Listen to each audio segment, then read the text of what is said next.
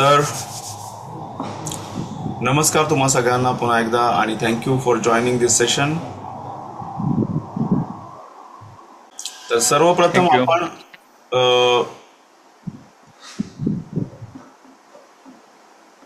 एक थोडक्यात जाणून घेऊ की आपला हा ग्रुप काय आहे. की MSME कौशल्य विकास मंच तुम्ही सर्वांनी रजिस्टर केलं असेलच.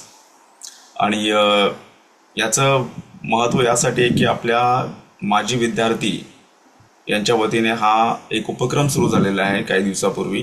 त्यामार्फत आपण बरेचसे कोर्सेस जे बाहेर ज्याचे चार्जेस घेतले जातात आणि जे शिकणं नॉर्मल आपण डे टू डे लाईफमध्ये शिकत नसतो शालेय अभ्यासक्रमामध्ये, असे काही कोर्सेस जे तुमच्यासाठी महत्त्वाचे असतील करिअर घडवण्यात, असे कोर्सेस आपण फ्रीमध्ये घेतोय. तर त्यामार्फत आपण व्हॉइस ओव्हरचा एक कोर्स, ज्याची पहिली बॅच ऑलरेडी झालेली आहे, सेकंड बॅच सुरू होणार आहे पुढच्या महिन्यामध्ये. याच्यासाठी ऑलरेडी रजिस्ट्रेशन झालेले आहे आणि आपण ते लिस्ट ऑफ स्टुडंट्स क्लोज पण केलेली आहे. त्याचप्रमाणे वैदिक मॅथ्स जो या फ्रायडेपासून म्हणजे उद्यापासूनच सुरू होणार आहे. इंटरनॅशनल करिअर गायडन्स जो एक लॉंग टर्म सेशन असेल, ज्याच्यामध्ये जगभरातील विविध देशातील लोक आपल्याला जॉईन होणार आहे, जे आपल्याला मार्गदर्शन करणार आहेत. त्याचप्रमाणे पर्सनॅलिटी डेव्हलपमेंट, ॲडव्हान्स एक्सेल आणि आजचा जो कोर्स आहे बेसिक जर्मन, हे कोर्सेस आपण यामार्फत फ्रीमध्ये देत आहोत. तुम्ही याला रजिस्टर केलं असेलच, नसेल केलं तर करू शकता, किंवा हा व्हॉट्सॲप ग्रुप तुमच्या स्क्रीनवर दिसतोय, याला स्कॅन करून तुमच्या मोबाईलच्या स्कॅनरने स्कॅन करून तुम्ही हा ग्रुप डायरेक्टली जॉईन करू शकता. ठीक आहे. आणि तुम्हाला जर असं वाटत असेल की तुमच्या मित्रांना किंवा परिवारातील कुणाला हा कोर्स जॉईन करायला तुम्हाला असं वाटतं की त्यांनी जॉईन करावा, तर तुम्ही हा स्क्रीनशॉट काढून इथे त्यांना पाठवू शकता, ते लोक डायरेक्टली जॉईन करू शकतात. ठीक आहे.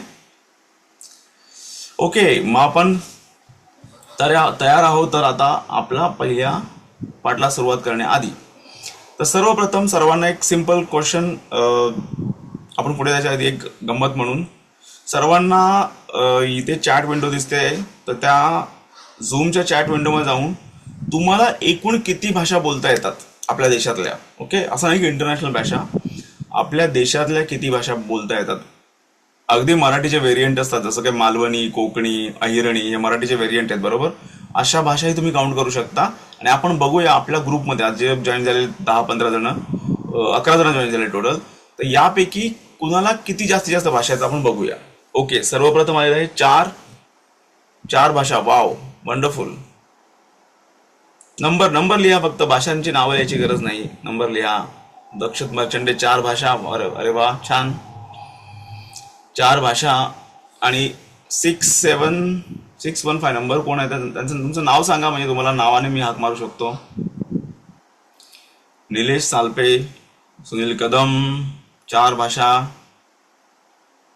वैशाली गुगळे 5 भाषा. वाव, चला, वैशाली गुगळे आता सध्या टॉपर आहेत. याच्यापेक्षा जास्त भाषा कोणाला येतात आणि कोण आहे ग्रुपमध्ये ज्याला 5 पेक्षा 7 भाषा? मोनिका जैन. Wow, okay. तर आता सर्वात जास्त भाषा येणाऱ्या मोनिका जैन आहे, ज्यांना 7 भाषा येतात.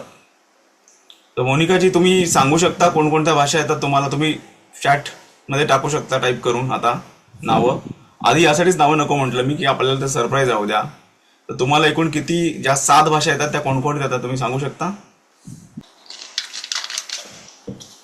Okay, Marathi, English, Hindi, Marwari, basic Sanskrit, basic Spanish, basic German. Wow, तुम्हाला बेसिक जर्मन पण येते. वाव, ही खूप चांगली गोष्ट आहे. म्हणजे तुम्हाला आणखी तुम्ही बाकीच्या लोकांना गाईड करू शकता या ग्रुपमध्ये.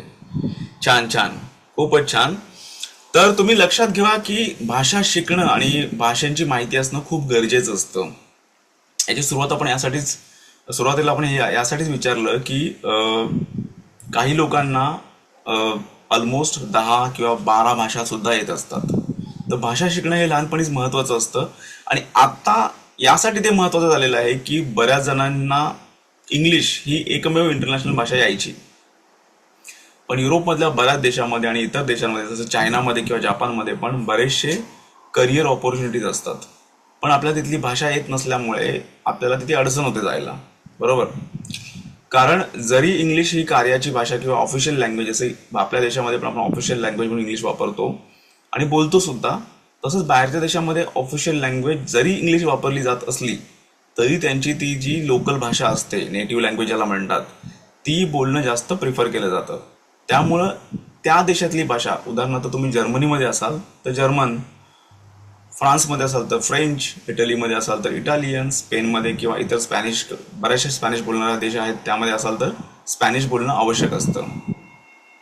अगदी याची थोडी बेसिक माहिती असली तरी देखील तुम्ही तिथे जाऊन काहीतरी ॲटलिस्ट त्यांच्याशी संवाद साधू शकता. त्यांना ते बरं वाटतं. जसं एखादा नॉन मराठी व्यक्ती तुमच्याशी मराठीत बोलला, अगदी तुटकं मुटकं जरी बोलला तर तुम्हाला ते बरं वाटतं, तसं त्यांना ते बरं वाटत असतं. त्यामुळे एखाद्या देशात प्रवास करताना किंवा तुम्हाला करिअरसाठी त्या देशात जायचं असेल तर तुम्हाला तिथली भाषा शिकणं आवश्यक असतं. ओके. दुसरा महत्त्वाचा मुद्दा इथे आता कोर्स आपला सुरू करण्यापूर्वी की सर्वात महत्त्वाचं आहे की तुमच्याकडे नोटपॅड आणि पेन असणं आवश्यक आहे. ठीक आहे, हे घेऊन ठेवा, कारण आपण बऱ्याच गोष्टी लिहिणार आहोत. बरोबर. कारण शिकण्याची सुरुवात लिहिण्यापासूनच होते. लिहिलं की ते जास्त चांगलं समजतं. त्यामुळे आपण लिहिण्यावरती जास्त जोर देणार आहोत, यासाठी की कोर्सेस सगळीकडे अवेलेबल आहेत. तुम्ही जाऊन आता सर्च कराल यूट्यूबवरती बरेच गोष्टी अवेलेबल असतात. पण आपण का नाही करत? कारण आपल्याला ती इच्छा नसते. आणि नुसतं ऐकून आपल्याला वाटतं की नुसतं ऐकलं मी यूट्यूबचा व्हिडिओ किंवा एखादं ऑनलाईन रेकॉर्डेड सेशन तर मला कळलं, तसं नसतं. जोपर्यंत तुम्ही अभ्यास करत नाही त्या गोष्टीचा, तोपर्यंत ती गोष्ट आपल्या डोक्यामध्ये जात नसते. म्हणजे इन्फॉर्मेशन आहे सध्या अवेलेबल, डिजिटली आहे, पण इथे जायला पाहिजे, डोक्यामध्ये जायला पाहिजे, लिहून ती जाणार आहे. ठीक आहे. लहान मुलाचं बिना लिहिता जातं, कारण त्याच्यामध्ये लहानपणी जेव्हा मूल वाढत असतं तेव्हा त्यांचे ट्रान्समीटर, न्यूरो ट्रान्समीटर जे म्हणतात, किंवा ज्याच्याने एखादी गोष्ट डोक्यामध्ये रेकॉर्ड होते मेंदूमध्ये, त्या गोष्टी खूप चांगल्या विकसित असतात सुरुवातीच्या काळामध्ये, कारण त्यांना इन्फॉर्मेशन कमी मिळत असते. त्यामुळे भाषा ते चांगल्या प्रकारे शिकतात. परंतु जसं जसं आपण मोठं होतो तसं या स्किल्स आपल्या हळूहळू कमी होत जातात. त्यामुळं मोठ्या व्यक्तींना भाषा शिकणं आणखी अवघड असतं. ठीक आहे. त्यामुळं लिहायला सुरुवात करूया.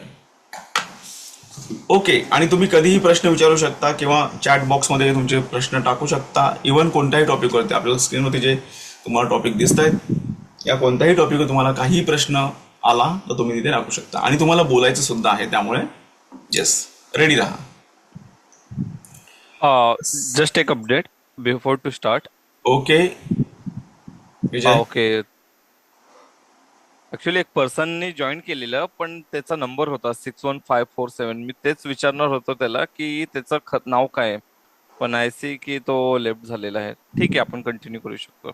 Okay okay okay okay. ग्रुपमध्ये विचारू शकतो. म्हणजे आपल्या MSMEच्या कौशल्य मंचवरून कोणीतरी असेल, तिथून जॉईन करायला सांगू शकतो.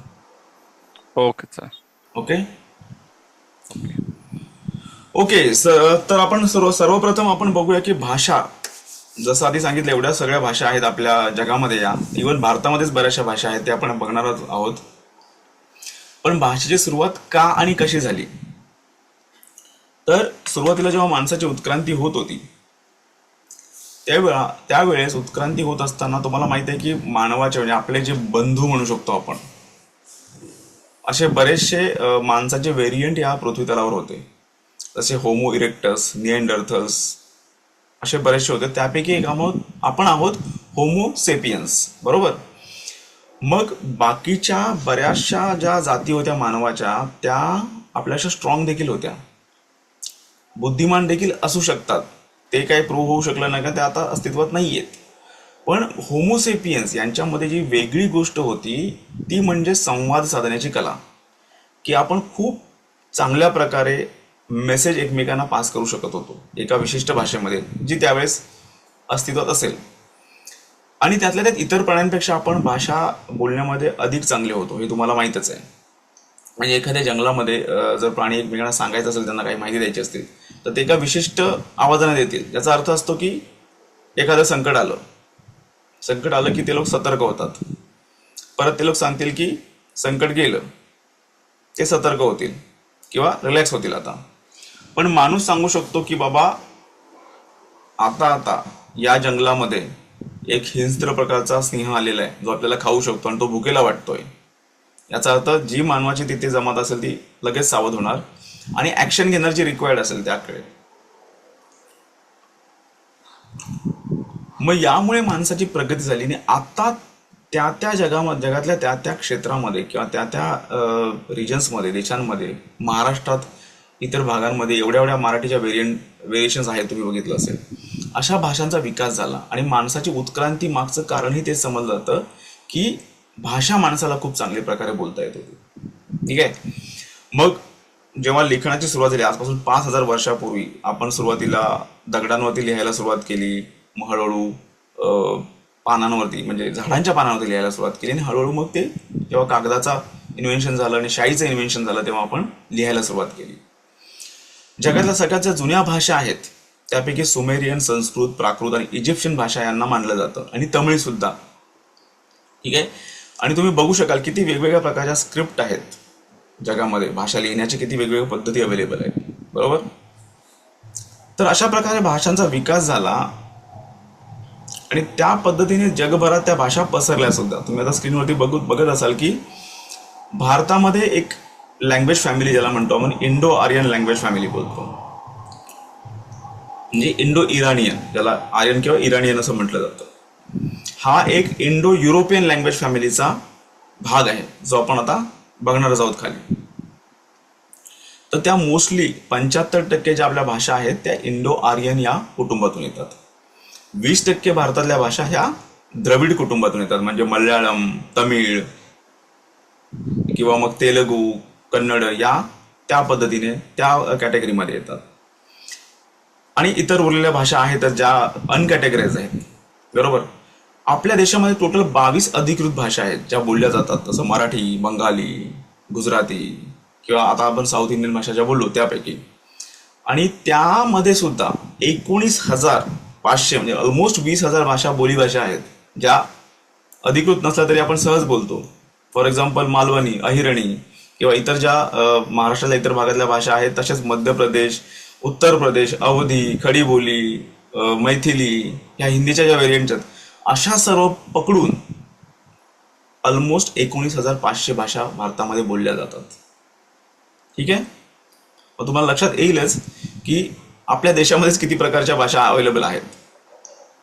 आता आपण येऊ युरोपकडे, कारण आपण आज शिकणार आहोत जर्मन. बरोबर. तर इंडो युरोपियन, जसं मी आधी सांगितलं, त्या भाषांपैकी आणि युरालिक भाषा ज्याला म्हणतात, यांचा हा कुटुंब आहे या भाषांचं. ह्या युरोपमध्ये जास्तीत जास्त बोलल्या जातात.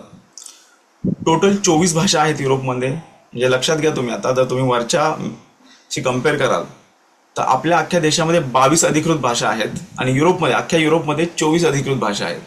म्हणजे भारत देश एकी बाजूला तुम्ही पकडला तर युरोपशी तुम्ही डायरेक्टली कम्पेअर करू शकता त्याला. बरोबर. भाषांच्या बाबतीत. आणि आता आपण जगभराच्या भाषांचं कंपॅरिझन जर बघितलं, तुम्हाला ही चित्र दिसत असेल स्क्रीनवरती, तर सर्वात जास्त लोकसंख्या जी एक भाषा बोलते ती आहे चायनीज. ठीक आहे. त्यामुळे चायनीजचा पार्ट तुम्ही बघाल की खूप मोठा आहे. त्यानंतर तुम्हाला दिसेल की स्पॅनिश, इंग्लिश आणि हिंदी या भाषाही खूप मोठ्या प्रमाणात बोलल्या जातात. इव्हन तुम्ही वर बघाल या सर्कलला इथे, तर मराठी भाषा देखील आहे. म्हणजे मराठी भाषा एवढ्या मोठ्या प्रमाणात बोलली जाते. सॉरी टू इंटरप्ट भारत, स्क्रीनवरती फक्त व्हॉट्सअप लोगो दिसतोय, स्कॅनर. अच्छा. रिफ्रेश नाही झालं अजून? नाही. ओके.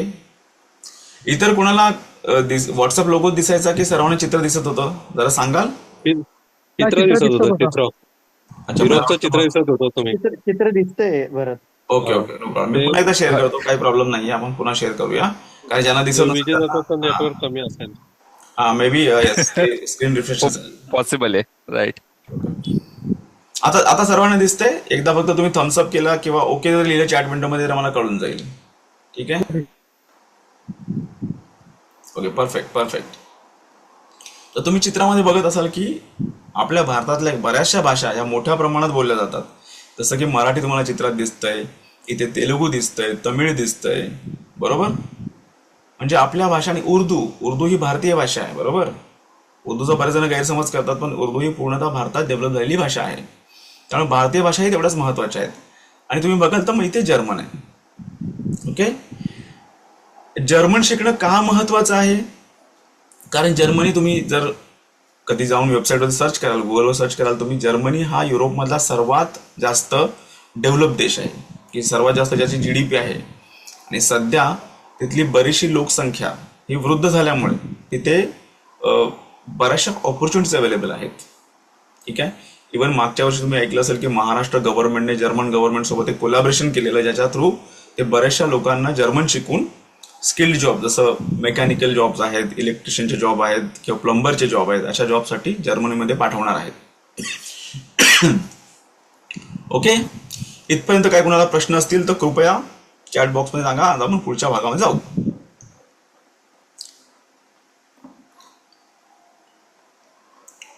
आता हे एक खूप इंटरेस्टिंग आहे. तुम्ही बघाल सगळ्यांना चित्र दिसतंय ना स्क्रीनवर. ओके. तर हे जे आहे याला मी मगाशी जो मला सांगितलं मी की इंडो युरोपियन लँग्वेज फॅमिली त्याला म्हणतात, ते ही आहे. हे जे झाड आहे ते याच्या मुळाशी इंडो युरोपियन लँग्वेज फॅमिली तुम्हाला दिसते आणि त्याच्या दोन ब्रांचेस किंवा दोन शाखा जात आहेत. एकीकडे इंडो इराणियन जी आपली भाषा आहे, भारतीय भाषांचा जी शाखा आहे, आणि एकीकडे युरोपियन भाषांची शाखा जाते. परफेक्ट. तर मग बघा तुम्ही इथून जी मगाशी म्हटलं की हिंदी भाषेच्या बऱ्याचशा व्हेरियंट्स आहेत, असं म्हणणं जरा चुकीचं ठरेल, कारण हिंदी भाषा त्या व्हेरियंट पासून डेव्हलप झालेली आहे. खडी बोली, अवधी, मैथिली यांचं मिश्रण होऊन एकेकाळी रेख्ता नावाची भाषा बोलली जायची, ज्याच्यात पर्शियन वर्ड्स असायचे. रेख्ताचं पुढे रूपांतर उर्दूमध्ये झालं, जे मुघलांच्या कॅम्पमध्ये बाजारांमध्ये उर्दू बोलली जायची, तिला काही लोक हिंदवी पण म्हणायचे.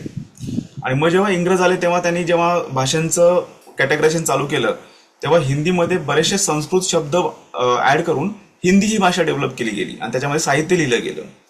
आणि तिथून मग हिंदवीवरून किंवा हिंदुस्थानीवरून हिंदी आणि उर्दू दोन्ही भाषा वेगळ्या झाल्या. पण एकूण याची सुरुवात एका ठिकाणी झालेली आहे. तसंच मराठी सुरुवातीला प्राकृत भाषा होती. प्राकृत भाषेमध्ये संस्कृतचं व्याकरण मिक्स केलं, त्याला शूरशिणी प्राकृत असं म्हणतात. आणि मग ती भाषा मराठीमध्ये, त्याच्यामध्ये मराठीमध्ये पण त्यात संस्कृतचे वर्ड्स पण आहेत आणि त्याच्यामध्ये फारसी वर्ड पण बऱ्याच प्रमाणात आहेत मराठीमध्ये, पण त्याची मुळं ही एकत्र आहेत.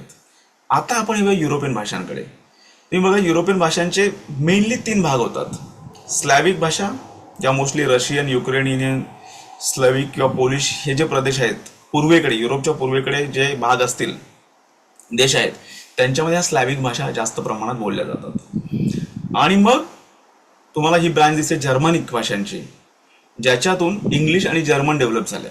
बऱ्याचदा आपण इंग्लिशला स्पॅनिश किंवा रोमन भाषांशी लिंक करतो, पण ऍक्च्युली इंग्लिश ही जर्मनच्या ब्रांचमधून निर्माण झालेली आहे. आणि ज्या दुसऱ्या भाषा आहेत, ज्याला मोस्टली युरोपियन क्लासिक भाषा म्हटल्या जातात, ज्या लॅटिन भाषेतून निर्माण झालेल्या, ज्या रोमॅन्स कॅटेगरीमध्ये आहेत, त्याच्यामध्ये स्पॅनिश, पोर्तुगीज, इटालियन आणि फ्रेंच या भाषा येतात. ओके. त्यामुळे जरी या भाषा जगातल्या वेगवेगळ्या वाटत असल्या तरी तुम्ही बघाल की याचं मूळ किंवा ज्याची सुरुवात ही एकाच ठिकाणाहून झालेली आहे. बरोबर. त्यामुळे जर्मन ही आपलीच भाषा आहे, उर्दू पण आपलीच भाषा आहे, मराठी पण आपलीच भाषा आहे, हिंदी पण आपलीच भाषा, सर्व भाषा आपल्याच आहेत. आणि दुसरी इंटरेस्टिंग गोष्ट याच्यामध्ये अशी आहे की जर्मनचं जे ग्रामर आहे ते आपल्या मराठी आणि हिंदीशी थोडंसं मॅच होतं, त्यामुळे तो एक फायदा आहे.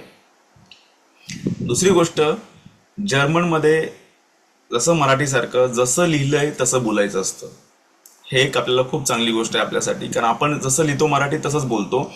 इंग्लिशमध्ये तसं नसतं. इंग्लिशमध्ये स्पेलिंग काहीतरी वेगळी असते आणि काहीतरी बोललं वेगळं जातं. तर तो एक आपल्याला इथं फायदा आहे. अवघड गोष्ट अशी आहे की जर्मनचं ग्रामर खूप अवघड आहे. बरोबर. पण आपण ते हळूहळू त्याच्यामध्ये जाणार आहोत. आज आपण जर्मन बोलायला शिकणार आहोत डायरेक्टली. ठीक आहे. सर्वांना इथपर्यंत समजलेलं आहे. एकदा सगळ्यांनी थम्सअप द्या, म्हणजे मला लक्षात येईल की तुम्हाला सर्वांना हे समजलेलं आहे. ओके. परफेक्ट. तर मग आता सर्वांनी आपापल्या नोटपॅड काढा. माझ्याकडे डिजिटल नोटपॅड आहे त्यामुळे मी हा काढलेला आहे. ठीक आहे. तुम्हाला स्क्रीनवरती दिसेलच. सर्वांनी आपापल्या वह्या काढा आणि पेन काढा. आपण डायरेक्टली जर्मन शिकायला आणि जर्मन लिहायला पण शिकणार आहोत. ओके. तर आता मी स्क्रीन शेअरिंग स्टॉप करतो इथे. 1 मिनिटाचा वेळ घ्या तुम्ही आणि आपापल्या वह्या उघडा.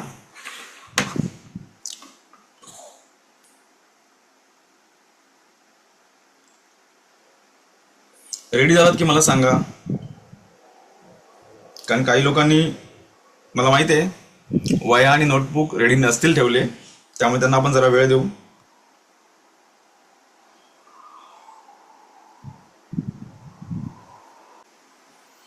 Okay, ready? चला, तुमच्यापैकी एबीसीडी कुणाला येतं ते सांगा सर्वात प्रथम. एकदम सोपा प्रश्न आहे. चला, कोण बोलून कोण दाखवेल मला एबीसीडी सांगा. अगदी आपण लहान मुलांसारखे शिकणार आहोत, त्यामुळे सर्वांनी रेडी राहा. चला, कोणतरी व्हॉलंटिअर करा एबीसीडी बोलण्यासाठी. कॅमेरा ऑन करण्याची आवश्यकता नाही, फक्त तुम्ही बोलून दाखवू शकता. ओके, सो मी स्टार्ट करू. Yes, no problem. सुरू. ए फॉर ऍपल स्टार्ट करू की वडली ABCD? No no no, ABCD फक्त. Okay, A B C D E F G H I J K L M N O P Q R S T U V W X Y Z. वा, perfect. तर तुम्ही बघितलं असेल आता की विजयने जी ABCD सांगितलेली आहे ती तुम्हाला सर्वांना माहित आहे, बरोबर? आणि आपण एबीसीडी याच पद्धतीने शिकलेलो आहोत. हे का मी म्हणायला सांगितलं, कारण एबीसीडी जर्मनमध्ये पण आहे, फक्त ती वेगळ्या पद्धतीने बोलली जाते. म्हणजे ए ला ए न म्हणता ते आ म्हणतात. ओके, बी ला बी न म्हणता ते बे म्हणतात. आ बे से डे असं म्हणतात ते लोक. का म्हणतात? त्यांनी तसं ठरवलेलं होतं तेव्हा. क ला क आपण का म्हणतो याची कारण आपल्याजवळ आहेत, पण एबीसीडी हे लिहायला जरी सेम असले तरी जर्मन लोक त्याला आ म्हणतात आणि बे म्हणतात. मे बी त्यांना अ चा उच्चार अ असा करायचा आहे आणि ब चा उच्चार ब असा करायचा आहे, यामुळे ते तसं म्हणतात. का म्हणतात याचं आपण बघणार आहोत.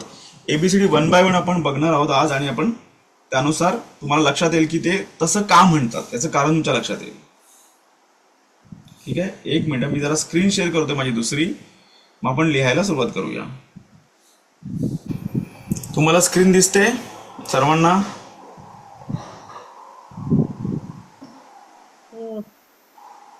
स्क्रीन दिसायला लागली की सांगा. एक तुम्हाला नोटबुक सारखा दिसत असेल, बरोबर? दिसते दिसते. ओके, नोटबुक दिसते तुम्हाला? येस. चला, आता आपण सर्वप्रथम आपण वर्णमाला लिहायला घेऊ. ओके, सर्वांनी इथे ए लिहायचं आहे. ओके,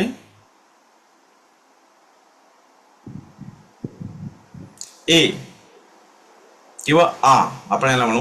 आता याला काय म्हणतात हे एवढं महत्वाचं नाहीये, कारण आज आपण बोलायला शिकणार आहोत, त्यामुळे महत्वाचं आहे की तुम्ही बोलताय कसं. तर आपण काय करणार आहे आता, याचा उच्चार कसा करता जर्मनमध्ये ते बघणार आहोत, बरोबर? हा जो अक्षर आहे ए, हे जर तुम्हाला दिसलं, याचा उच्चार होतो अ असा. हे जसं आपण मराठीमध्ये करतो अ ब कड. बी चा उच्चार होतो ब. ठीक आहे, सर्वांनी लिहा म्हणजे तुम्ही लक्षात येईल, यासाठी मी लिहायला सांगतो सर्वांना. आता सी चा उच्चार काय व्हायला पाहिजे? तुम्ही जर ट्रेडिशनल वेने जाल तर तुम्ही म्हणाल अरे सी म्हणजे अ ब क ड झालं, क झालं. तसं नाहीये. सी चा उच्चार होतो स, किंवा असा पाय मोडका स. हे लक्षात ठेवणं खूप महत्वाचं आहे, कारण जर्मन जशी लिहिली जाते तशी बोलली जाते, आणि आपण आज जर्मन बोलायला शिकणार आहोत, त्यामुळे हे खूप महत्वाचं आहे. ठीक आहे, त्यानंतर डी, डी चा उच्चार होतो ड, ॲज इट इज.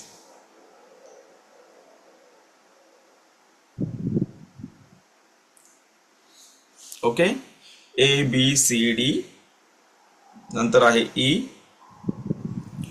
याचा उच्चार होतो कसा? ई असा नाही होत, याचा उच्चार होतो ए, एडक्याचा ए किंवा एकचा ए. त्यामुळे जर शब्दाच्या सुरुवातीला ई आला तर त्याचा उच्चार ए होणार, ए. ठीक आहे, एफ, बरोबर? इंग्लिश मधला एफ आणि जर्मन मध्ये पण तो एफच असतो, त्याचा उच्चार फ सारखा होतो.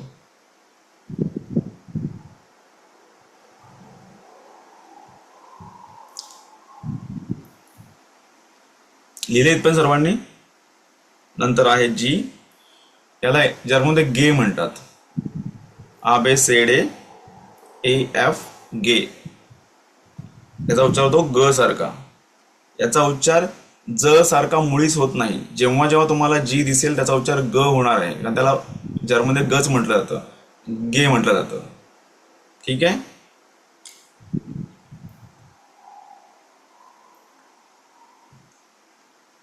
नंतर आहे एच. एचचा उच्चार सेम आहे, ह असा एचचा उच्चार होतो.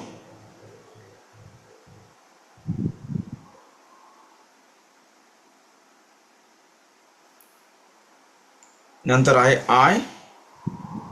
आयचा उच्चार होतो ई सारखा, इमारत मधला ई. ओके, छोटा ई.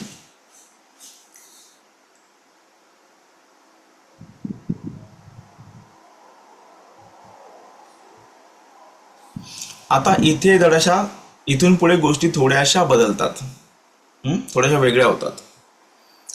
हा आहे ज, इंग्लिश मधला जे, पण याला जर्मनमध्ये बोलतात यॉट. ठीक आहे. त्यामुळे तुम्ही याला राऊंड करा, कारण हा याचा उच्चार स्पेशल आहे, तो थोडासा वेगळा आहे. बाकीच्यांचे उच्चार जरी जर्मनपेक्षा वेगळे असतील तर त्याचे उच्चार आहे तसे आहेत, बरोबर. पण आपल्याला खूप वर्षांपासून सवय आहे की याला ज म्हणायची, तर याचा उच्चार असा होतो य. हे लक्षात ठेवणं खूप गरजेचं आहे. ठीक आहे. त्यामुळं एक नाव असतं जर्मनमध्ये,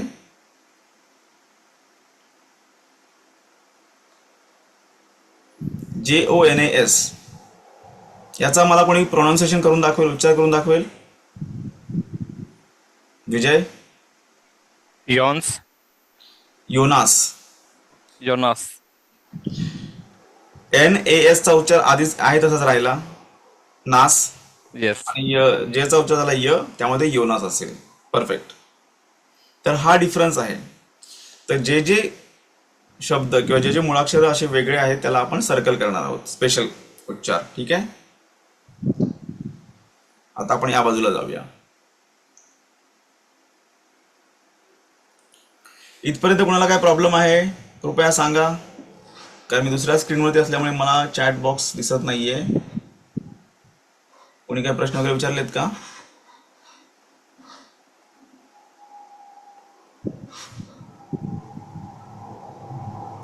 okay okay, perfect, no problem. चला आता पुढे जाऊया आपण.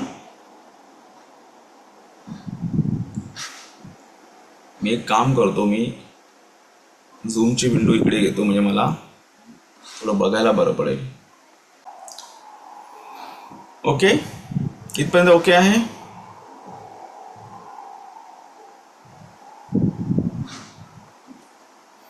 आता आपण पुढे जाऊया. के. केचा उच्चार एकदम सिंपल आहे, क. जसं आपण मराठीतली नावं लिहितो, मराठीतली नावं क वरून असतील तर आपण त्याला केच लिहितो, बरोबर. त्याला आपण सी नाही लिहित. अशा प्रकारे जर्मनमध्ये पण क वरून जर नाव असेल किंवा क वरून शब्द असेल तिथे केचाच उच्चार वापर करतात, सीचा वापर करत नाही. कारण इंग्लिशमध्ये तुम्ही बघा CAA, कारला CAR बोलतात ते लोक. पण जर जर्मनमध्ये असा शब्द असेल तर ते के वापरणार. ठीक आहे. नंतर आहे LMN. यांच्यामध्ये काही फरक नाही, याचा उच्चार आधी आहे तसा होतो. एलचा उच्चार होणार ल, एमचा उच्चार होणार म, आणि एनचा उच्चार होणार न. जसं आपण आतापर्यंत इंग्लिशमध्ये पण शिकत आलोय किंवा मराठीमध्ये जशी आपण नावं लिहितो तसंच.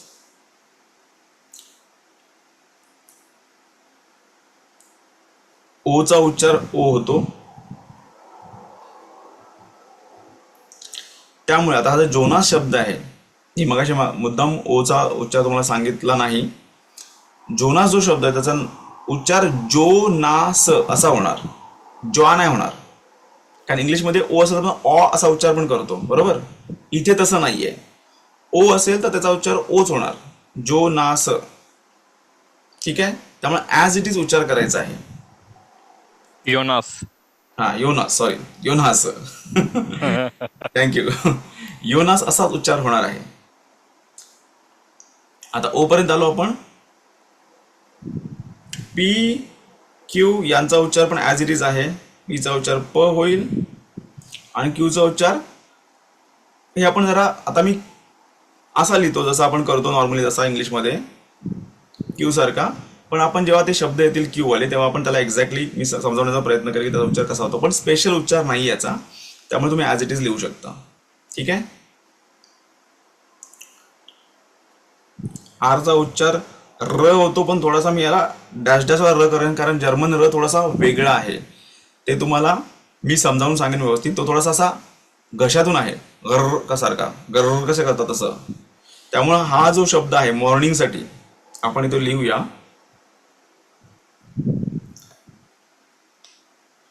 मी कॅपिटल मध्ये लिहितो त्यामुळे तुम्हाला लक्षात येईल.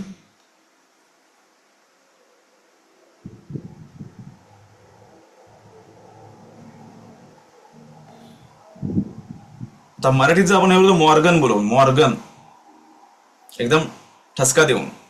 पण हे आहे मॉर्गन, असं थोडंसं घशातून आहे.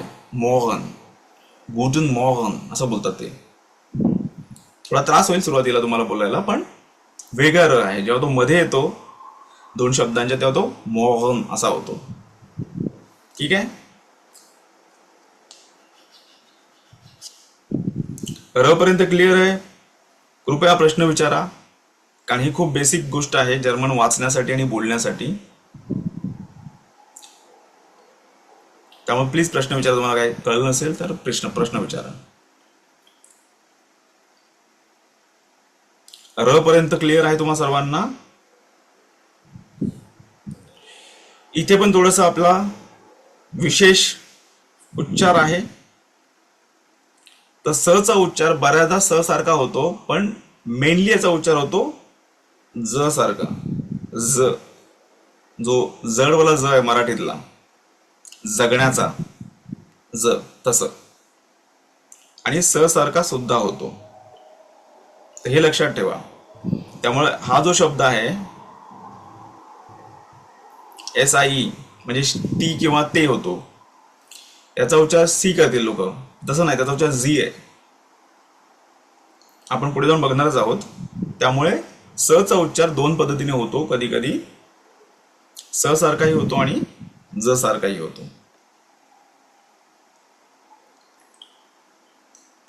ट चा उच्चार ट सारखाच होतो, टी चा उच्चार, त्यामध्ये त्यात काही फरक नाहीये. यू चा उच्चार होतो ऊ सारखा. ठीक आहे. माझं हँडरायटिंग एवढं चांगलं नसल्यामुळे कृपया माफ करावे, पण मी यासाठी लिहितोय की तुम्ही लिहावं म्हणून. ते महत्वाचं आहे. तर ऊ चा उच्चार, सॉरी हा ड झाला, ऊ चा उच्चार ऊ सारखा होतो. म्हणजे फॉर एक्झाम्पल जर हा शब्द तुम्हाला बोलायचा असेल तर मराठीत तुम्ही कसं बोलाल किंवा इंग्लिशमध्ये कसं बोलाल? बस, बरोबर. किंवा मराठी इंग्लिशमध्ये आपण थोडासा अ सारखा उच्चार करतो यूचा बऱ्याचदा, पण इथे ते जर्मन लोक बोलतात बूस किंवा उबान. उबान म्हणजे अंडरग्राऊंड ट्रेन. याचा स्पेलिंग असते UBAHN. त्याला युबान नाही म्हणत, ते म्हणतात उबान.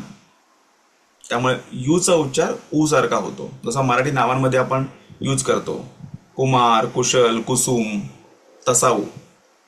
ठीक आहे. आलं लक्षात सगळ्यांना इथपर्यंत?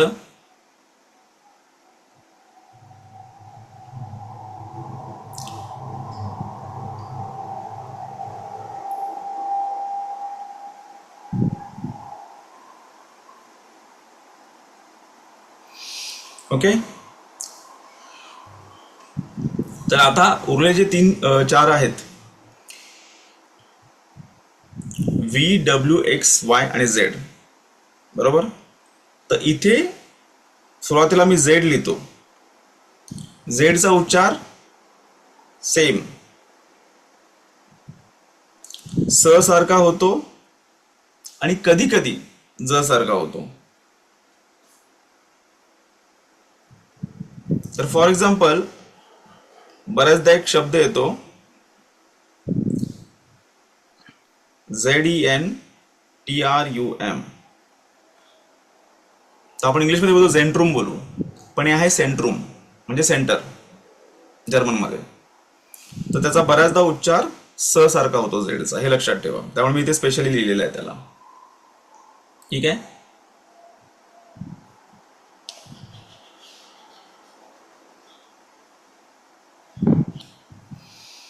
आणि आणखी एक वेगळा शब्द आहे ज्याच्याबद्दल बऱ्याच जणांना कन्फ्युजन होतो, तो म्हणजे व्ही. तो मी इथे लिहितो, आता झेडला येतं इथे व्ही लिहितो. आता याला बोलतात फाव जर्मनमध्ये.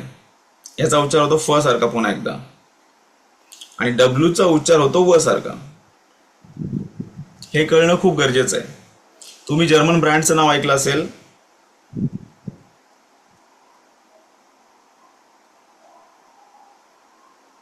बरोबर? काय म्हणतात याला, या ब्रँडला काय म्हणतात, कोणी सांगू शकेल? Volkswagen. Volkswagen. बरोबर. त्याला व्होक्स वॅगन न बोलता याचं नाव आहे फोक्स वॅगन, कारण हा फ आहे जर्मन मधला. ठीक आहे. त्यामुळे हे दोन्ही मी यासाठी वेगळे लिहिले की हे एकमेकांबरोबर बऱ्याचदा कन्फ्युजन होतं यांचं. त्यामुळे याचा उच्चार व्ही चा उच्चार फ असा करायचा आहे आणि डब्ल्यू चा उच्चार फक्त व असा करायचा आहे. ठीक आहे. एक्स चा उच्चार पुन्हा ॲज इट इज आहे, नो चेंज, आणि वाय चा उच्चार पण ॲज इट इज आहे, नो चेंज.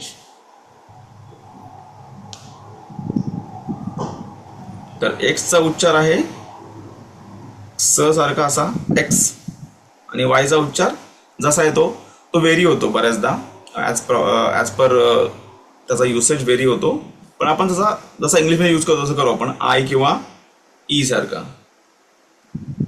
मोठा ई. ठीक आहे. मुळाक्षर समजलेली आहे तुम्हाला इथे. आता याच्या पुढे थोड्या गोष्टी आणखी कॉम्प्लेक्स होणार आहेत, त्यामुळे तुम्हाला इथपर्यंत समजलं का मला सांगा सर्वांनी. Yes.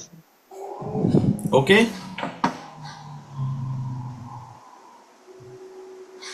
परफेक्ट. Yes, yes. आता एक असं मुळाक्षर आहे जर्मनमध्ये जे इंग्लिशमध्ये मुळीच नाहीये, ज्याला म्हणतात एटसेट. ओके. ते अशा पद्धतीने लिहिलं जातं, बीटा. बीटा सिम्बॉल तुम्ही बघितलं असेल मॅथ्समध्ये किंवा सायन्समध्ये, तर बीटा सिम्बॉल. तर याचा उच्चार होतो की डबलस कसा असतो, डबलस वर ते जोर दिल्यानंतर जसा उच्चार होईल तसा उच्चार होतो. असं कसं, हे जे मराठीत आपण बोलतो ना असं कसं झालं, त्या पद्धतीने. तर एक शब्द खूप उच्चारला जातो, तो म्हणजे आहे STRA, बीटा आणि ई. स्ट्रास. बरोबर. याचा उच्चार स्ट्रे वगैरे हे करणं आता सोडून द्या, इंग्लिशला थोडं तुम्हाला विसरावं लागेल. त्यामुळे याचा उच्चार होईल स्ट्रास. याचा मी अर्थ ऍक्च्युली होतो स्ट्रेसच बोलणार होतो. त्यामुळे बोलणं, मी त्यासाठी म्हणतो बोलणं. तुम्ही जरी म्यूट असाल बरेच जण, आपण काही लोकांना थोड्या वेळात आपण ऑन स्क्रीन घेऊ बोलायला, पण जे लोक म्यूट असतील त्यांनी एवढं लक्षात ठेवा की तुम्हाला साईड बाय साईड बोलायचं सुद्धा आहे. स्ट्रास. ओके. आलं लक्षात सर्वांच्या?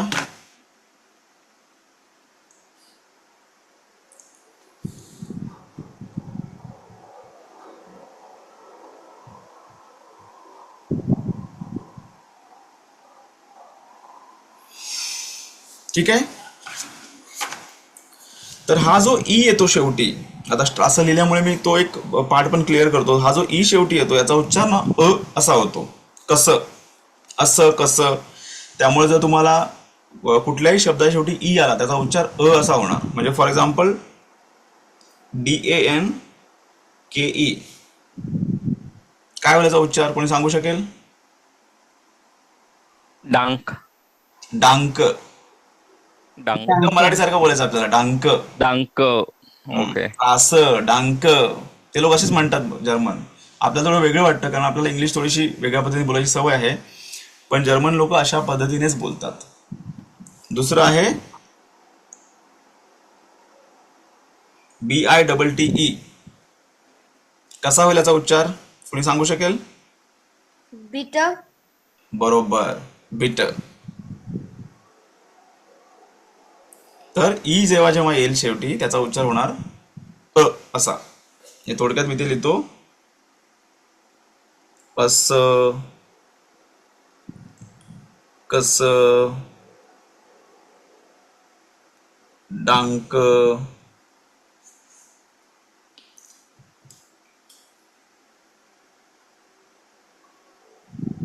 आपण कवर थोडा टिंब देतो बरोबर, जोर देण्यासाठी, किंवा मग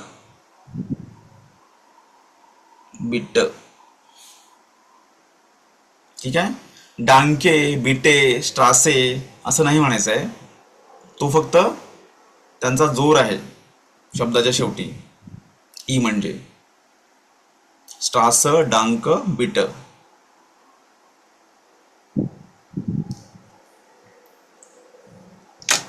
चला, सर्वांना लक्षात आलेलं आहे. येस. आता मी Yes, yes.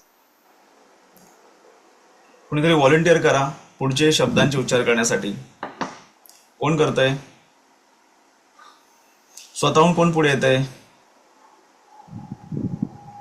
हँड रेज करू शकता किंवा तुम्ही टेक्स्ट करू शकता. खूप चांगली ऑपॉर्च्युनिटी आहे, कारण आपल्याला इथे तेच करायचं आहे. कॉन्फिडन्स आपला चांगला असायला हवा, कारण इंग्लिश बोलताना मेन म्हणजे आपण घाबरतो खूप, बरोबर. सुरुवातीलाच खूप घाबरतो, त्यामुळे आपण बोलायला तयार होत नाही. ओके, विजय सोडून. आता विजयने बरीच उत्तर दिलेली आहे, विजय सोडून. ओके, कृपया हात वर करा, आता आपल्याला रॅन्डमली कोणाला तरी घ्यावं लागेल. कॅमेरा ऑन करण्याची आवश्यकता नाहीये, तुम्ही कॅमेरा बंद करूनही बोलू शकता. त्यामुळे तशी काही तुम्हाला हे नाही की कॅमेरावरच यायचं आहे.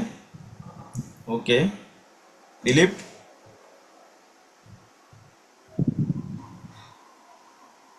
दिलीप बोलणार का?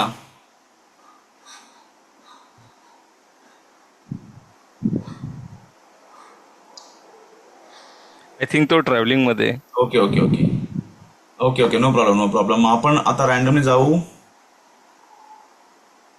बबिता कोण आहेत? तुम्हाला जमेल बोलायला?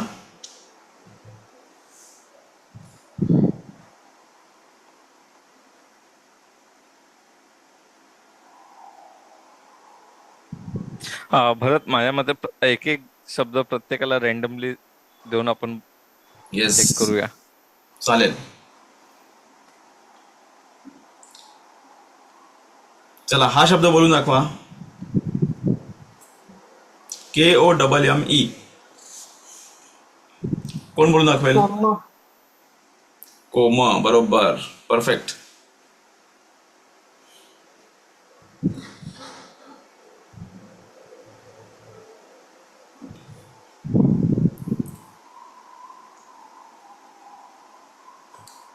हा शब्द कोण बोलून दाखवेल? येस, रवी.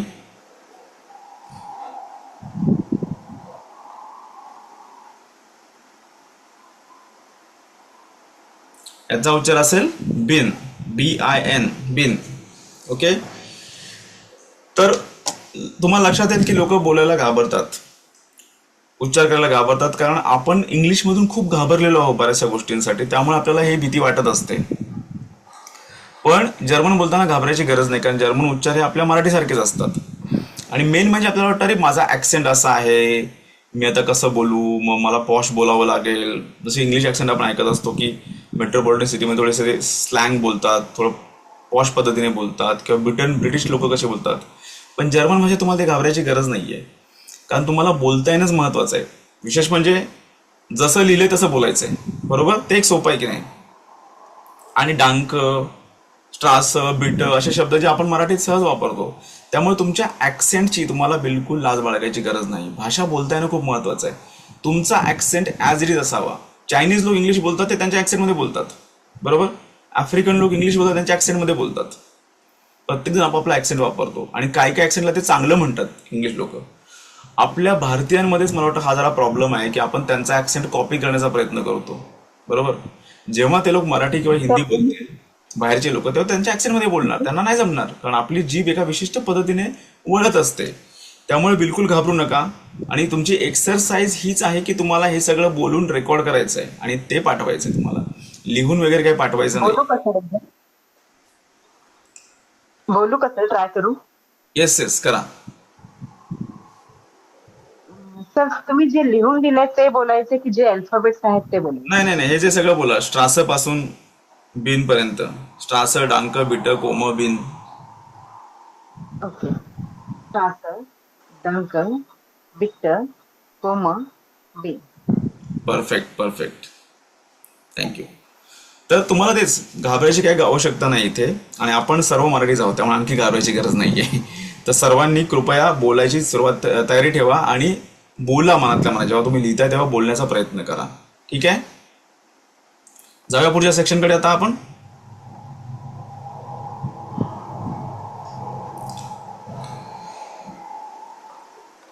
आता जर्मनमध्ये आणखी एक दुसरं महत्वाचं गोष्ट आहे की काही शब्दांचे कॉम्बिनेशन ज्या पद्धतीने येतील तसा त्यांचा उच्चार बदलतो.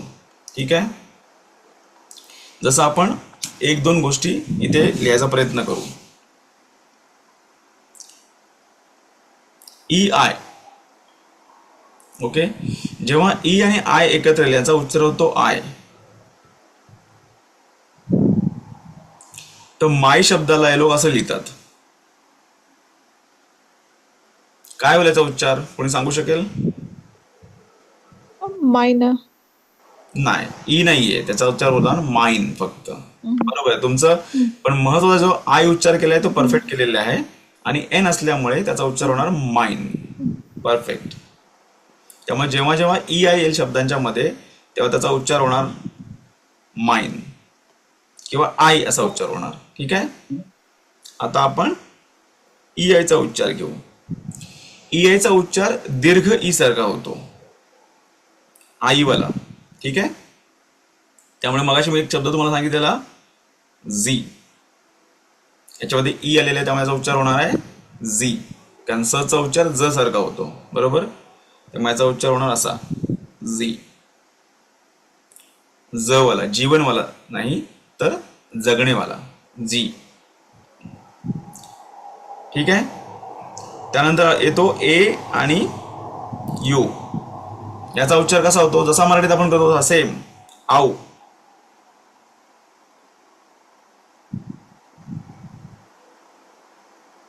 Okay, H A U S. काय होईल याचा उच्चार सांगा? हाऊस. बरोबर, हाऊस. हाऊस. परफेक्ट. नंतर एक वेगळा उच्चार आहे यांच्यामध्ये जो आपण इंग्लिशमध्ये शक्यतो वापरत नाही. ई आणि यू चं कॉम्बिनेशन आहे, याचा उच्चार होतो ऑय.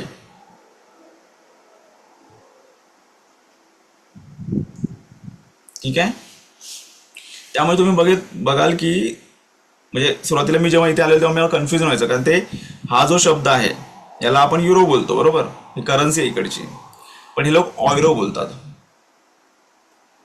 आणि युरोपला हे लोक ऑयरोपा असं म्हणतात, कारण हे दोन कॉम्बिनेशन आलेलं आहे. ठीक आहे, पुढे उच्चार करून दाखवेल पुन्हा एकदा, ऑयरो आणि ऑयरोपा. ऑयरो, ऑयरोपा. परफेक्ट आयरोपा. Perfect perfect. येस, त्यामुळे तुमच्या लक्षात आलेलं आहे की हे सर्व लिहून घ्या तुम्ही. हे खूप महत्वाचं आहे, कारण या कॉम्बिनेशनचे मी तुम्हाला काही शब्द देणार आहे, तुम्हाला स्वतः उच्चार करायचे त्याचे होमवर्क म्हणून. तर ई आय आलं त्याचा उच्चार होतो आय. आय ई आलं त्याचा उच्चार होतो दीर्घ ई, झी, माइन, झी. एयू आलं त्याचा उच्चार होतो आऊ, हाऊस. बरोबर, आणि EU एकत्र आलं की त्याचा उच्चार होतो ऑय, म्हणजे ऑयरो आणि ऑयरोपा. भरत, युरोपला मग ते स्पेल असंच करतात, म्हणजे युरोपा, की आपलं EU ROP येतं जसं आपण इंग्लिशमध्ये जनरली लिहितो युरोप? नाही, स्पेलिंग अशीच आहे, ऑयरोपा, युरोप अच्छा. जर्मनमध्ये. त्यामुळे मी शक्यतो जर्मन शब्द लिहिण्याचा प्रयत्न करतोय, म्हणजे आपलं कन्फ्युजन नाही होणार.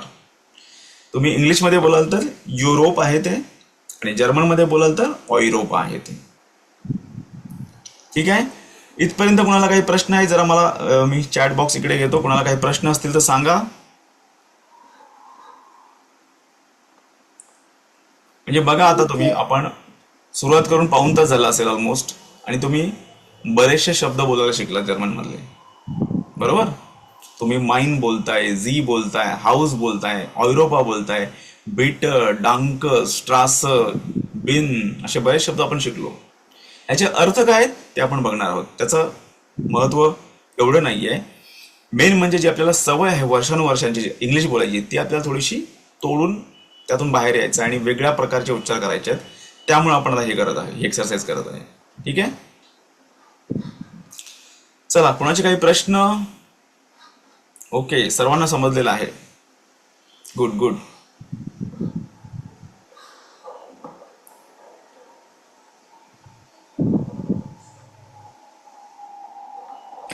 भरत, एक प्रश्न आहे. जसं एका वस्तूला जे एक नाव असतं, तर ते कंट्री जर्मनीमध्ये पण चेंज होत असेल. जसं आपण कलिंगडाला कलिंगड बोलतो, पण इंग्लिशमध्ये वॉटरमेलन बोलतात. तर सिमिलर वे जर्मनीमध्ये पण त्याला येस येस, चेंज वेगळं होतात नाव नाव. असतं. येस येस, ते वोकॅब्युलरी आपण बघणार आहोत, ती एकदम वेगळी आहे. पण चांगली गोष्ट हीच आहे की तुम्हाला जो शब्द कळला की तुम्हाला ऍज इट इज उच्चार करायचा आहे. उच्चारावरती जास्त त्रास नाहीये.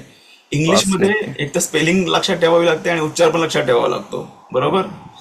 ते जरा डिफिकल्ट आहे इंग्लिशमध्ये, पण इथे आपण, त्यामुळे आपण आजची एक्सरसाइज उच्चारामध्ये यासाठीच करतोय की तो शब्द दिसला की तुम्ही आपोआप बोलायला शिकणार, ते तुम्हाला त्रासच नाही त्यामध्ये काही. ठीक आहे. तर याची पुढची एक्सरसाइज तुम्हा सर्वांना करायची आहे, सर्वांना बोलायचं आहे विशेष म्हणजे. ठीक आहे. ते म्हणजे तुम्हाला स्वतःचं नाव, तुम्ही कुठल्या राज्यातून किंवा कुठल्या जिल्ह्यातून आहात ते सांगायचं आहे, आणि तुम्ही कुठे राहता हे सांगायचं आहे. ठीक आहे. ओके. आता मी कुणालाही सांगू शकतो, त्यामुळे रेडी राहा सगळे. तुम्ही स्वतःहून आलात तर मला आनंदच होईल. ठीक आहे. त्यामुळे प्रॉब्लेम नाही आहे. तुमच्या नावाचा, जिल्ह्याचा उच्चार जसा मराठीत करता तसाच करा. आता तुम्ही बोलाल की बाबा माझा जिल्हा आहे रत्नागिरी, तर मी जर्मनी रत्नागिरी कसं बोलू, तर रत्नागिरीच बोला. किंवा मग सांगलीच बोला, पुणेच बोला, डझंट मॅटर. ते आपल्या देशातल्या स्थानांची नाव आहेत, ती आपण तशीच बोलायची आहेत. ठीक आहे. चला, तर मग आता आपण आपल्या स्वतःच्या इंट्रोडक्शनला सुरुवात करणार आहोत. ठीक आहे. सर्वप्रथम तुम्हाला काय करायचं आहे, गुड मॉर्निंग आणि तुमच्या एका मित्राचं नाव वहीवर लिहायचं आहे. मित्राचं, मैत्रिणीचं, मुलाचं, भावाचं, बहिणीचं, आईचं, कुणाचंही लिहू शकता तुम्ही. म्हणजे फॉर एक्झाम्पल, माझ्यासमोर विजय दिसतोय मला, तर मी विजयला बोलतो की गुड मॉर्निंग विजय. तसं मला जर्मनमध्ये लिहायचं आहे GUTEN, गुटन मॉर्गन. मॉर्गन म्हणाला तर आता तरी चालेल, नो प्रॉब्लेम, पण मी जर्मन उच्चार करतोय मॉर्गन. गुटन मॉर्गन विजय.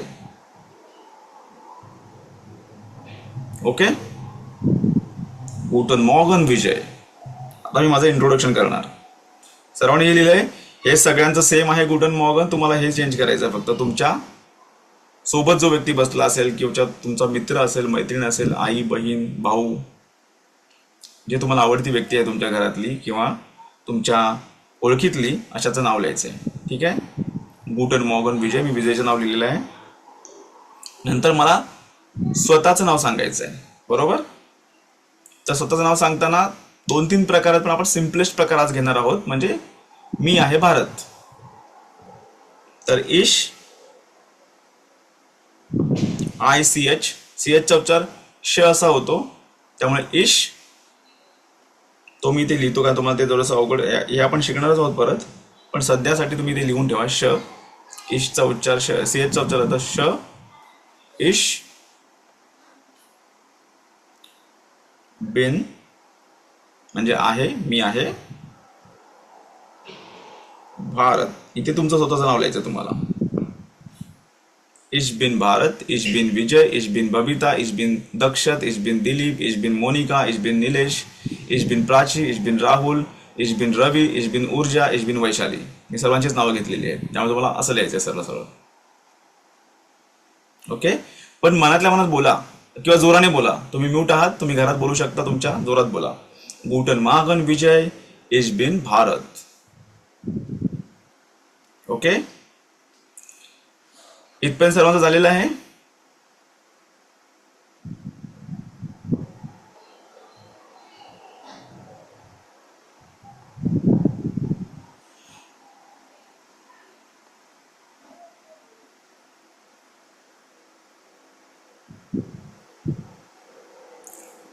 डन करा एकदा, म्हणजे मला कळेल सर्वांनी लिहिलेलं आहे, कारण घाई नको आपल्याला. हा आपला शेवटचा पार्ट आहे आजचा.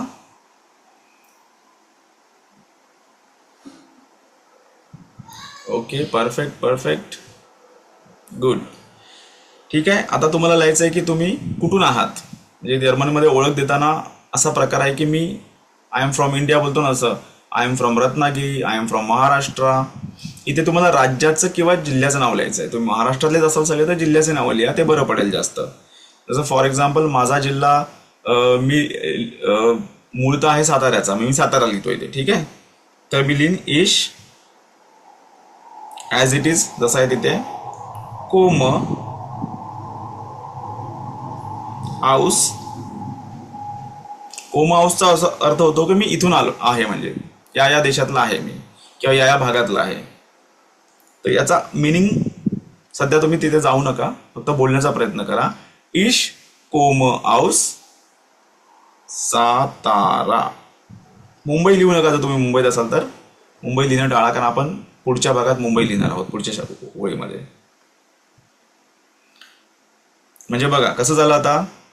गुटन मॉर्गन विजय, इश बिन भारत, इश कोम हाऊस सातारा, किंवा इश कोम हाऊस रत्नागिरी, इश कोम हाऊस अहिल्यानगर, इश कोम हाऊस औरंगाबाद, जे काय असेल, संभाजीनगर सॉरी, इश कोम हाऊस नागपूर, जे काय तुमचा जिल्हा असेल त्याचं नाव इथे लिहा, मूळ जिल्हा जे असेल तो. इश्कोमा हाऊस कुडाळ. परफेक्ट, वंडरफुल, वुंडरबार. जर्मनी बोलतात वुंडरबार.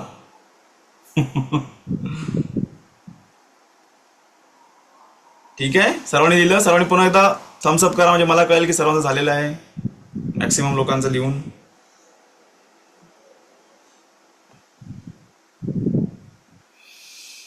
ग्रेट ग्रेट, वंडरफुल, वुंडरबार, व्हेरी गुड.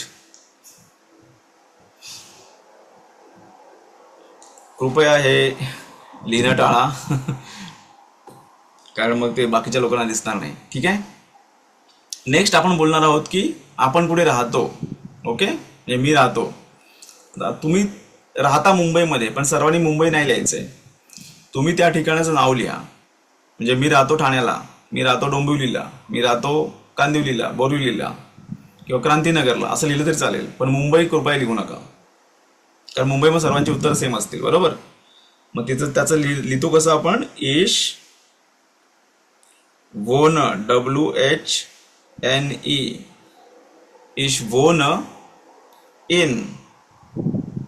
इंग्लिश मधला इन ॲज इट इज येतो इकडे. इश वोन इन. फॉर एक्झाम्पल मी आता इथे या शहरात राहतो, तर मी इथलं नाव लिहितो, डॉटमंड. माझ्या शहराचं नाव आहे डॉटमंड. तुम्ही लिहा कांदिवली, बोरिवली, मालाड, किंवा मग तुमचं काय तिकडे नगर, गांधीनगर, सावरकर नगर, जे काय तिकडचं नगर असेल त्याचं नाव लिहा.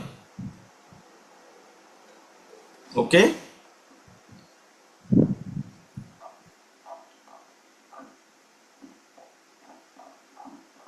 भरत, ईश म्हणजे याचा अर्थ मी होतो का मी असं? मी मी हो, इश म्हणजे मी. ओके, म्हणजे मी आहे भारत, मी आहे साताऱ्याचा, आणि मी राहतो डॉटमंडला. थोडक्यात जर शब्दशः भाषांतर केलं तर.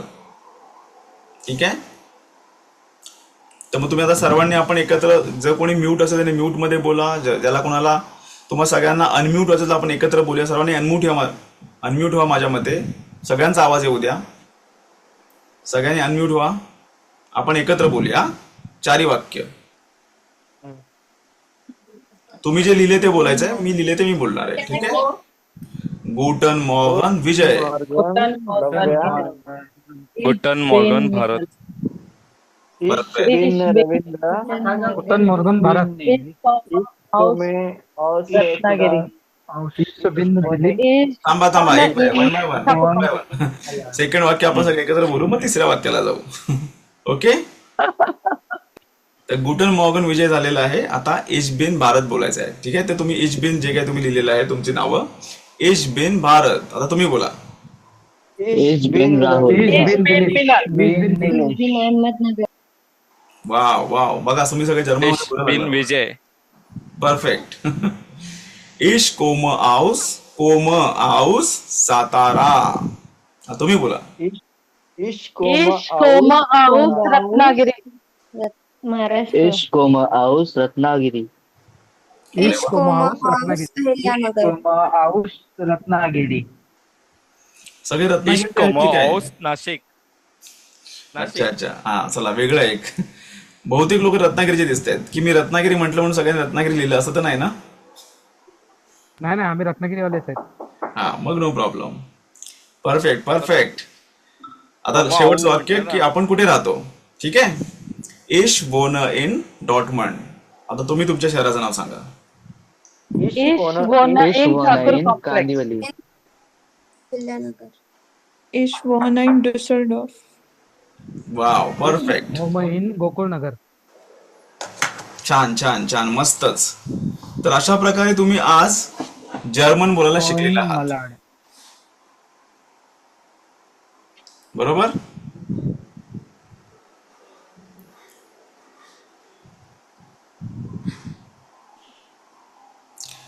तर स्वतः तुम्ही आता एखाद्याला जाऊन गुड मॉर्निंग करू शकता जर्मनमध्ये. ओके. समोरच्या व्यक्तीला त्याला सांगू शकता की स्वतःचं नाव काय आहे, तुम्ही कुठल्या जिल्ह्यातून आहात, राज्यातून आहात किंवा देशातून आहात. जर तुम्ही जर्मनीला गेलात तर तुम्ही बोलू शकता इश कोम आऊस इंडियन. इंडियन म्हणजे इंडिया, इंडियन म्हणतात त्याला जर्मनमध्ये. आणि इश वोन इन, तुम्ही त्या सिटीचं नाव सांगू शकता. मी बर्लिनमध्ये राहतो, इश वोन इन बर्लिन, इश वोन इन म्युनिक, इश वोन इन फ्रँकफर्ट, जे काय असेल ते. किंवा इश वोन इन मुंबई, इश वोन इन दिल्ली, इश वोन इन लंडन. म्हणजे तुम्ही आता स्वतः नाव सांगू शकता, समोरच्या व्यक्तीला गुड मॉर्निंग बोलू शकता, तुम्ही कुठल्या राज्यातले, देशातले, जिल्ह्यातले आहात ते सांगू शकता, तुम्ही कुठे राहता हे पण सांगू शकता. ठीक आहे. किती सोपं होतं, बरोबर. तर तुम्हाला काय करायचं, या सर्व शब्दांची, उच्चारांची प्रॅक्टिस करायची. मेन म्हणजे आजचा आपला सेशन यासाठी होता की उच्चार क्लिअर असावेत. अजून थोडे कॉम्प्लेक्स उच्चार येतील पुढे जाऊन, पण हे बेसिक उच्चार आहेत ते तुम्हाला आले पाहिजेत. तर मुळाक्षर जर्मनची सर्व बोला जोरात 2-3 वेळा. पुढचे 15 दिवस आहेत. आणि मी आता व्हॉट्सअपचा ग्रुप एक क्रिएट करेन. त्या व्हॉट्सअपच्या ग्रुपला तुम्ही जॉईन करा आणि त्या व्हॉट्सअपच्या ग्रुपला जॉईन करून तुम्ही आपण थोडासा होमवर्क देऊ. तो तुम्ही होमवर्क करायचा आहे येत्या 15 दिवसात. येस, ऊर्जा यांना काही प्रश्न आहे? तर ते जे लास्ट 2 सेंटेन्स होतं ना, त्याच्यात तर म्हणजे आपण जिथे राहतोय तेच दोन्ही म्हणजे जागांचे नाव सांगतोय, तर मग सेंटेन्स मध्ये डिफरन्स का आहे? नाही, इश कोमा हाऊस म्हणजे मी आहे इंडियाचा असा होतो अर्थ त्याचा. आणि इश वोन इन म्हणजे मी ते राहतो, हा फरक आहे. ठीक आहे. अच्छा, ओके. म्हणजे तुम्ही महाराष्ट्राचे आहात तर तुम्ही महाराष्ट्रात कुठे राहता हे माहित नाही, सांगू नाही शकत ना. पण तुम्ही महाराष्ट्रीयन आहात फॉर एक्झाम्पल, आणि तुम्ही राहता मुंबईमध्ये किंवा सांगलीमध्ये, साताऱ्यामध्ये किंवा नागपूरमध्ये, असं आहे ते. इश कोम हाऊस हे त्या पूर्ण लोकेशनचं नाव आहे आणि इश वोन तुम्ही जिथे राहता त्या ठिकाणाचं नाव आहे. असा डिफरन्स आहे तो. ठीक ओके आहे. सर. आणि कुणाला काही प्रश्न? थँक्स फॉर एक्सप्लेनेशन भरत, आणि थँक्यू ऊर्जा, चांगला प्रश्न विचारला. कारण ते ऑब्झर्व मी पण केलेलं, त्यानंतर बघू काय आहे त्याचा अर्थ. येस येस, ते डिफरन्स आहे थोडासा. इंग्लिश पासून तो डिफरन्स आहे. इंग्लिशमध्ये आपण बोलतो की आय एम एन इंडियन, बरोबर. असं इथे जर्मनमध्ये बोललं जातं. जर्मनमध्ये सांगितलं जातं की मी त्या ठिकाणावरून आलेलो आहो किंवा त्या ठिकाणचं आहे मी, असं सांगितलं जातं. मराठीत पण आपण असंच सांगतो, बरोबर. मी सातारचा आहे, मी रत्नागिरीचा आहे. जर्मनमध्ये एक्झॅक्टली सेम आहे तसं. त्याचा मिनिंग लिटरली तोच होतो. मी रत्नागिरीचा आहे, मी सातारचा आहे, मी पुण्याचा आहे, मी मुंबईचा आहे, असं होतं. ठीक आहे, सर्वांना समजलेलं आहे हे? बरं, तुमच्यापैकी कोण त्या MSME ग्रुपमध्ये नाहीये ते मला सांगा जरा, म्हणजे आपल्याला तसं हे करायला. कारण आपल्याला बेसिक जर्मनचा आपण वेगळा ग्रुप तयार करणार आहोत ज्यात होमवर्क टाकू शकतो, कारण इतरांना डिस्टर्ब नको त्या मेन ग्रुपमध्ये, त्याच्यामुळे. ठीक आहे, सर्वजण आहात तिथे? सर मी नाहीये त्या ग्रुपमध्ये. ओके ओके ठीक आहे. मग थोडा वेळ तुम्ही लोक सगळे ऑनलाईन राहा. मी 1 मिनिटात एक ग्रुप रेडी करतो आणि मग तुम्हाला इथे पोस्ट करतो. तुम्ही तो डायरेक्टली जॉईन करू शकता. ठीक आहे.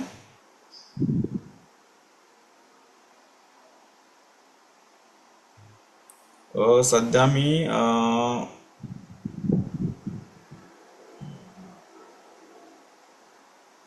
एक दोघांना ऍड करतो आणि मग तो ग्रुप क्रिएट करता येईल आपल्याला. बरोबर. Basic German.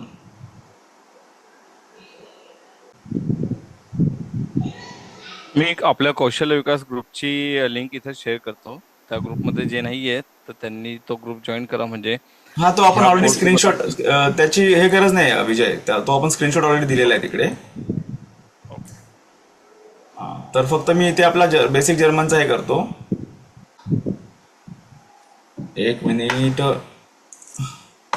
सगळ्यांना मला मेसेज का नाही पाठवतायत?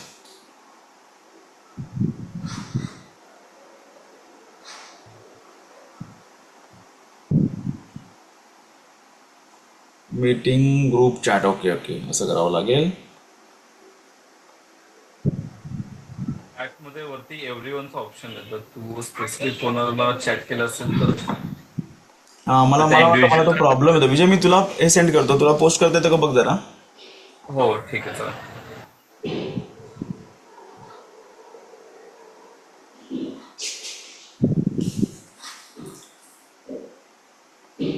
मला रिसिव्ह नाही झालं. मला व्हॉट्सअप जरी केलं तरी चालेल. हा, मी व्हॉट्सअपवर टाकलेलं आहे. तर सर्वांनी हा ग्रुप जॉईन करा. तिथे मी आजच्या जो काही लिहून घेतलेला आहे तरी पण त्याचा मी एक PDF बनवलेली आहे ऑलरेडी. त्या PDFचा एक शॉर्ट व्हर्जन मी तिथे तुम्हाला पोस्ट करेन. तुम्हाला लक्षात येईल, कोणी लिहिले नसेल त्यांना, पण तुम्हाला तरीही लिहायचं आहे. बरोबर. आणि याचा यूट्यूब व्हिडिओ जो आपल्या दोन्ही चॅनलवरती लॉन्च होईल, ऑफिशियल चॅनल, माझा एक चॅनल, त्याच्यावरती पण आपण हे करू, लिंक पाठवू, दोन्ही लिंक पाठवू. तिथे तुम्ही यूट्यूबचा व्हिडिओही बघू शकता. आणि जो होमवर्क आहे त्या 15 दिवसात तुम्हाला करायचा, कारण पुढच्या आठवड्यात गणपती असल्यामुळे क्लास होणार नाहीये. 15 दिवसांनी तुम्हाला क्लासमध्ये येऊन त्याच्या आधी होमवर्क करायचं आहे. ठीक आहे. आय होप तुम्हाला सगळ्यांना आवडलं असेल आजचं सेशन. आणि प्रॅक्टिस करा आणि बोला. जे लिहिलंय ते बोलायचा प्रयत्न करा. ठीक आहे. भेटूया पुढच्या सेशनमध्ये लवकरच. Thank you. Thank you. Bye bye. And thank you. And thank you everyone. Thank you everyone. Bye bye.